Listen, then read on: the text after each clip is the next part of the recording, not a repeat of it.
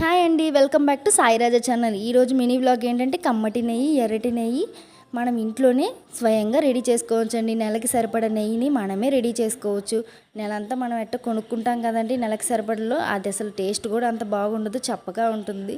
ఇది స్వయంగా మన చేతులతోటే చేసుకోవచ్చు. చాలా అంటే చాలా బాగుంటుంది. నాదైతే ఇది 10 రోజులు మేగడండి. నేను 1/2 లీటర్ కొనుక్కుంటాను. 1/2 లీటర్లో ఇది 10 రోజులది.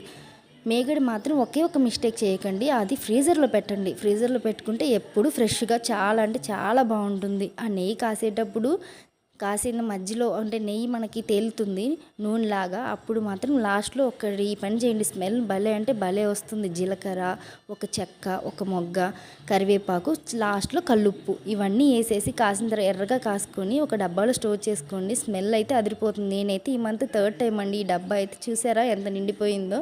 కమెంట్ సెక్షన్లో చెప్పండి ఎలా ఉంది అనేది. Bye bye.